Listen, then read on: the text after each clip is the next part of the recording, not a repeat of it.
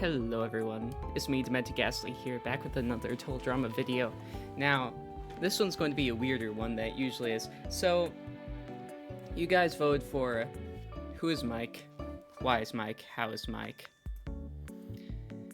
Now this is going to be a situation where we talk about what my headcanons are for what Mike's alters are, because obviously, let me pull it up real quick.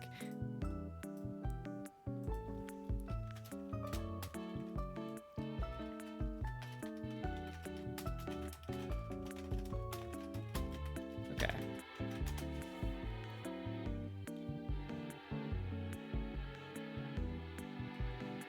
Okay.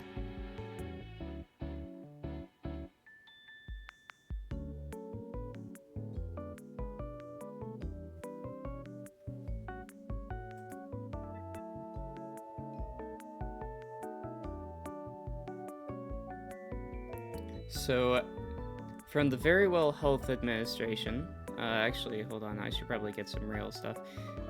Alters in dissociative identity disorder may occur in people who have significant trauma during those years, specifically in teenage or adolescent years. Okay.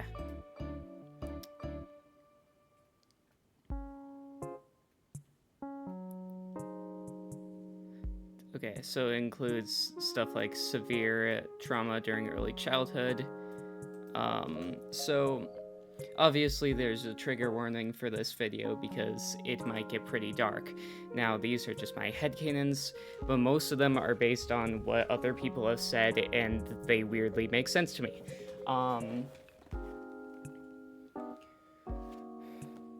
So there is one thing that I saw for Vito which I thought was interesting, and specifically it was a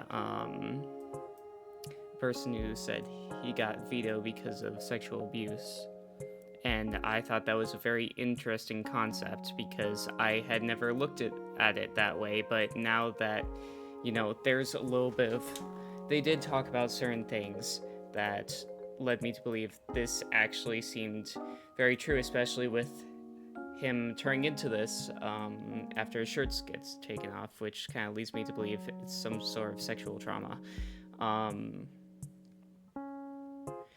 And that disturbs me, so that I'm gonna say that's my headcanon, but I have one for you guys that's a little bit lighter. His dad left him at an early age, and this is what his dad was like, and he wished he could be like him. Obviously, traumatic experiences happened before and after. So we're gonna have to talk about some of this stuff because this is a serious mental illness. If you do have it, make sure to get help. I can't say anything other than that. Now, I am not a medical professional or anything like that, and I usually do research, but for this, I thought I would just go off of what I already had in my head. For the alters of Mike that I personally believed seemed to be likely. So, obviously, Vito comes out when the shirt goes off, so that could be something due to sexual trauma, or this could be the look of his father who left him. Then we have Chester. Chester seems to be a nasty old codger. I don't want to say nasty. Salty old codger. How about that? Chester is, I headcanon personally that this is Mike's grandfather who died right in front of him. And I know, sad. But let's be honest here. If Mike has multiple personality disorder, there is a good chance that this is from a tragic life. And these are just headcanons. Obviously, I wouldn't wish any of this shit upon anyone. Heck, I wouldn't wish this mental illness upon anyone. Is a serious topic. However, you guys did vote for this as one of the options because I thought it would be interesting to see what my headcanons are and what your guys' headcanons are, because Mike's backstory is completely left to the imagination. There's nothing that they talk about other than Mal being in juvie. Speaking of which, we're going to save Mal for the end because he's going to be the most interesting one. Now, for Manitoba Smith, who comes to your mind when...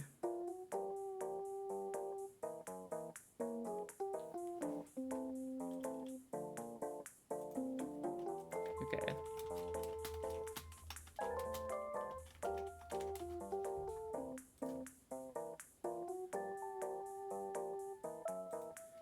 Okay, so this could be a reference to Steve Irwin, however, due to the Australian accent, I mean. But personally, I think that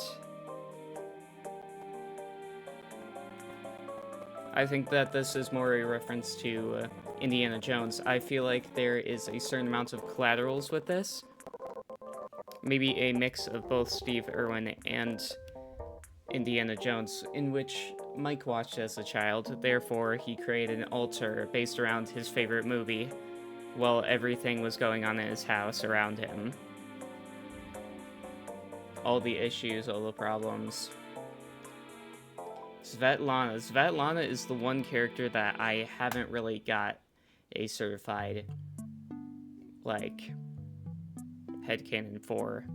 Because personally, I can't figure her out. I can't figure out where she would fit into all this. Other than Mike wishes that he could be more agile on the court. People constantly bully him for not being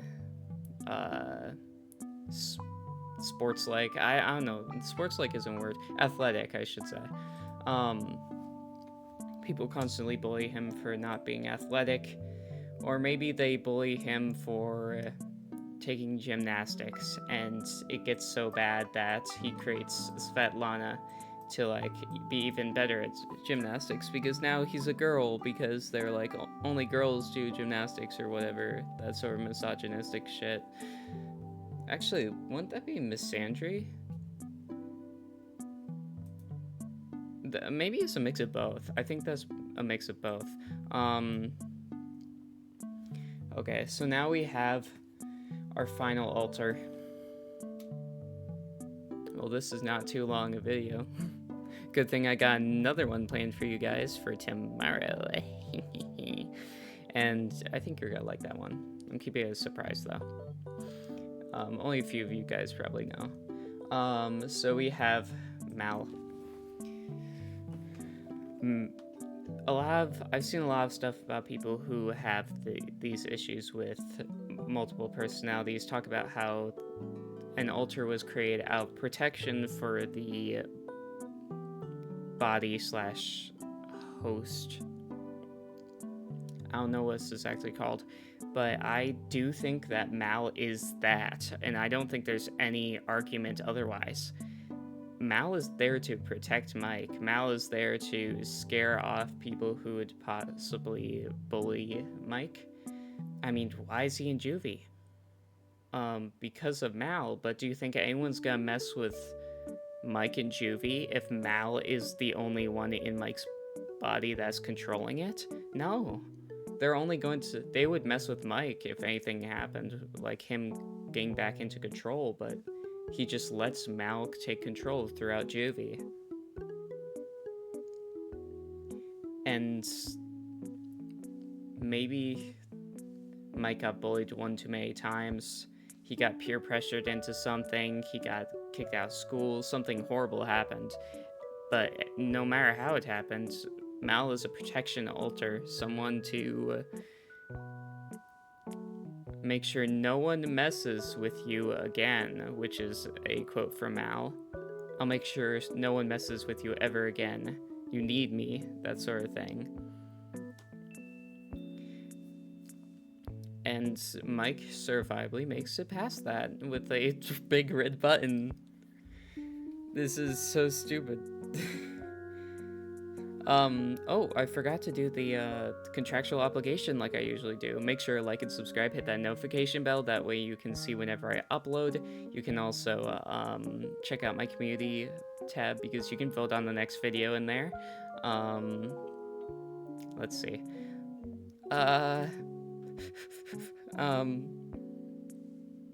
I'm also doing a sub-season, so if you want to follow along with that, we're not accepting new applications right now, but maybe next season, you know? It's going week by week, though. Make sure to not read the votes, though. That way you'll be a little bit surprised on who's going home. Because I always post out a video about who's going home, doing a little illumination ceremony, that sort of stick. So now that let's recap real quick. So we have Vito here, who is the sexually abused alter,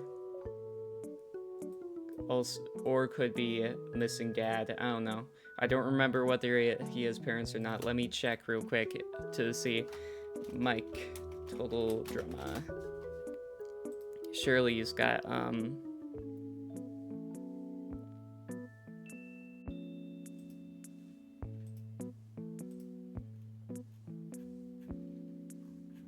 okay, it doesn't say anything about family, so...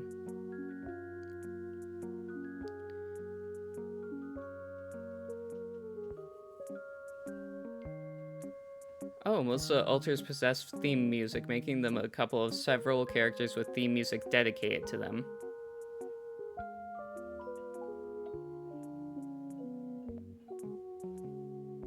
Svetlana, Vito, and Manitoba's theme music are all shared with another character, Owen, Duncan, and Jasmine, respectively.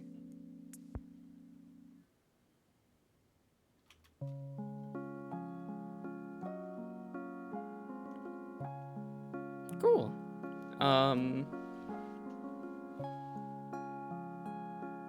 Oh, so we have a little bit of stuff here.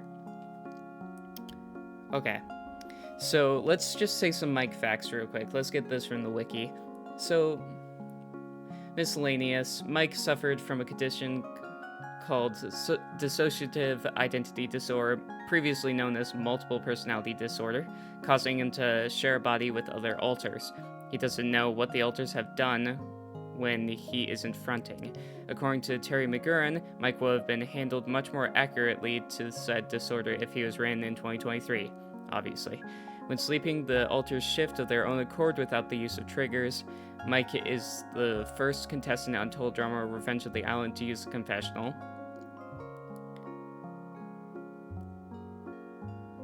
He has also been the only male contestant in Total Drama history to be the very first one to use it. Okay, that's cool. Mike gets rid of his alters in the final reckoning, however he gains their skills and abilities, and he uses both Vito's strength and Svetlana's athleticism during the final challenge. Mike is only one of 2 male contestants whose main swimsuit includes a shirt, with the other being brick. This is likely to keep Vito in check. According to Fresh TV's Tumblr, Mike is Italian. This makes him one of the few contestants to have their ethnicity confirmed, and the first to be Italian, the second being Lorenzo. Originally, while recording of Total Drama Revenge of the Island was underway, Mike was supposed to shake whenever different alters fronted, but Corey Doran and the writers decided to have Mike gasp sharply every time he switched to make it clear for the audience that someone else was fronting. According to Julie Giles back in 2014, it's doubtful Mike will ever return to Total Drama, noting back then that at least he wouldn't come back until after a couple of post-Total Drama All-Star seasons. Oh.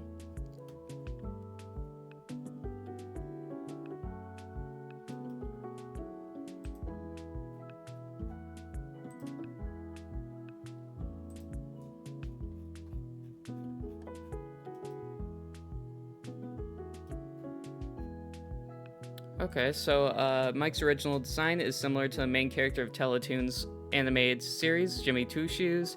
Coincidentally, they are both voiced by Corey Doran. According to Doran, it was incidentally because of Mike's original design resembling that of Jimmy that Fresh TV had Mike redesigned to avoid younger audiences from mistaking both characters due to their shows airing back-to-back and sharing the same voice. Okay.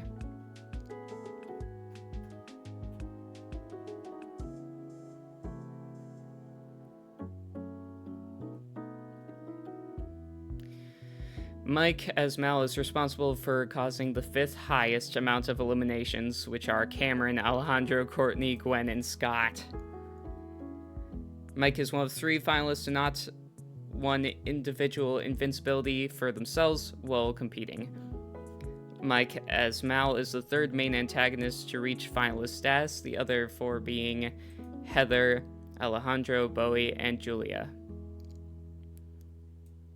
Mike is one of 14 contestants who competed in more than one season and always made it to merge, with the others being Alejandro, Bowie, Cameron, Duncan, Julia, Owen, Priya, Raj, Ripper, Wayne, Z, and Zoe. Mike, alongside Wayne, was eliminated first in their debut merge season to be a finalist in the following season after.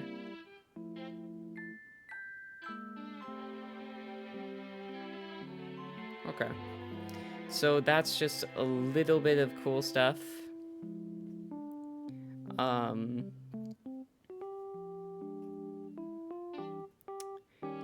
Do I think that Mike should have been put on the show? Probably not. He probably wasn't in the right headspace for it. Did I think it worked out for him? Maybe the first season, the second season, maybe he didn't need to come back. Maybe he could have let Zoe, pull the weight there. Eep. But, yeah. He definitely shouldn't have come back. And besides, I think that the producers only let him in because they thought he was unstable, which is really messed up. Anyway, make sure to go outside, compliment someone's hair, make the world a little bit of a better place. Bye-bye!